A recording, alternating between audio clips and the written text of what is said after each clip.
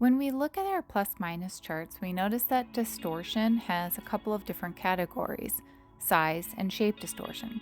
Today we're going to talk about shape distortion, which means something is angled, something is not aligned. Sometimes we do this on purpose. Maybe we want to remove superimposition. But sometimes it can be done by accident, especially when we're on portables. Just a note, there is no tool available to tell us if we have shape distortion. We have to know what the anatomy should look like in order to be able to tell that we have distortion. The two major types of a distortion we're going to talk about are elongation and foreshortening. For those who just started x-ray school or without an untrained eye, they might look at all three of these feet x-rays and think that they're all appropriate. It's only because we've been doing this for a while that we can tell the difference between the elongated, the PA/AP, and the foreshortened image. So what's the difference between elongation and foreshortening? Well, I have my ADHD ways of remembering things. So I remember elongation with long tube. So when we angle our tube or our image receptor, we're going to have elongation. Look at that cat inside of that tube. He's sitting there looking at his butt. He's not that long. He's not that long. That's not his butt, right? That's not a long tube with a cat. Okay. All right. It's cute though, right? Long tube.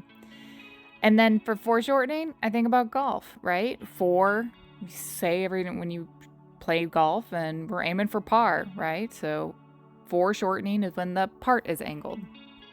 Note these three elbow x-rays, the top being a normal AP, the middle being a elongated elbow, you can tell by the divergence of the beam, and the bottom being a foreshortened elbow, you can tell by how crunched it looks. I'll show you how each of these are set up. The AP was, AP. It was easy enough. You just have to make sure that you're 40 inches to the tabletop and perfectly aligned to your IR. Boom, normal AP elbow.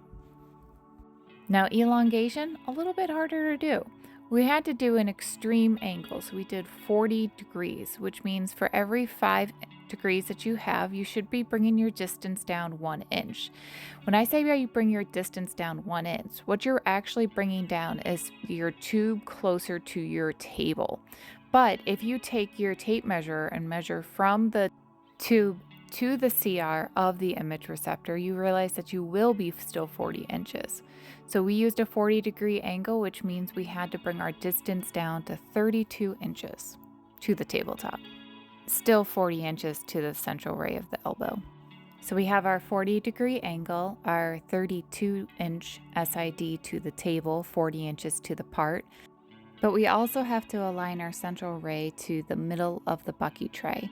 Now, yes, you don't normally do an elbow in the bucky, but we have a very expensive digital receptor and we don't want to risk it dropping and breaking. So we leave it inside the bucky for all of our pictures, and it's fine for a lab. So here's that elongated picture. You'll notice that the bones really do look longer than they did in the regular AP elbow. Also, side note, if you want to cheat, do you notice that the black boxes of collimation actually divert out, so you can actually tell what part, the humerus, was closer to the tube? Now, how do we create foreshortening? Foreshortening means that the part is now angled. So we threw 45-degree sponge underneath the elbow to replicate angling of the part. In reality, are we ever going to do this on purpose? No, but are you ever going to have a patient come in who's got an elbow that can't go flat? Absolutely. So you need to know that you're going to have foreshortening and how to fix that. Here we have that foreshortened elbow, and you can see how smushed and compact it all looks on itself. Also, again, notice that the collimated beam is straight like it's normally and not diverting like it does with the elongation.